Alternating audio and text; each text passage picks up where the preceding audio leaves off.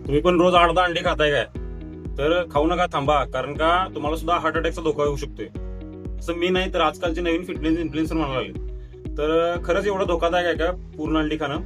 त्यामागचं सायन्स जाणून घेऊया जरा. तर आपल्या बॉडीमध्ये 2 प्रकारचं कोलेस्ट्रॉल असते. एक तर HDL म्हणजे हाय डेन्सिटी लिपोप्रोटीन म्हणजे गुड कोलेस्ट्रॉल, आणि दुसरं LDL म्हणजे लो डेन्सिटी लिपोप्रोटीन म्हणजे बॅड कोलेस्ट्रॉल.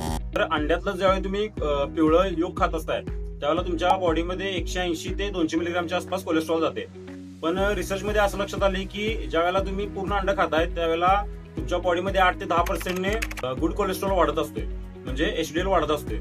आणि HDLचं काम काय असते की आपल्या आर्टरीजमध्ये जो ब्लॉकेजेस साठलेला असतो किंवा कोलेस्ट्रॉल साठलेला असते त्याला लिव्हरकडे नेणं आणि तो लिव्हरमध्ये प्रोसेस करून शरीराच्या बाहेर टाकणं, म्हणजे HDL हे एक प्रकारचं क्लिन्झरचं काम करत असते बॉडीमध्ये ते. आणि या उलट LDLचं असते.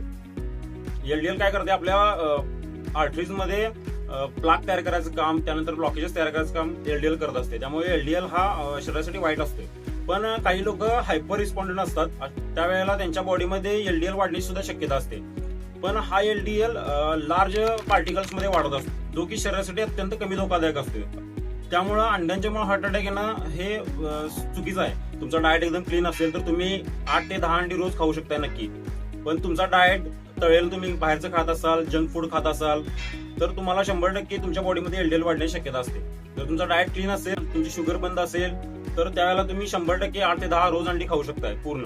सेपर साईडला आपण असं करू शकतोय की 3 किंवा 6 महिन्यातून एकदा आपण आपल्या ब्लड कोलेस्ट्रॉलची टेस्ट करून घेऊ शकतोय. त्यामुळे आपल्याला कळू शकते की आपल्याला अंड्यांच्यामुळे कोलेस्ट्रॉल वाढतोय की बाकीच्या गोष्टींच्यामुळे वाढत असते.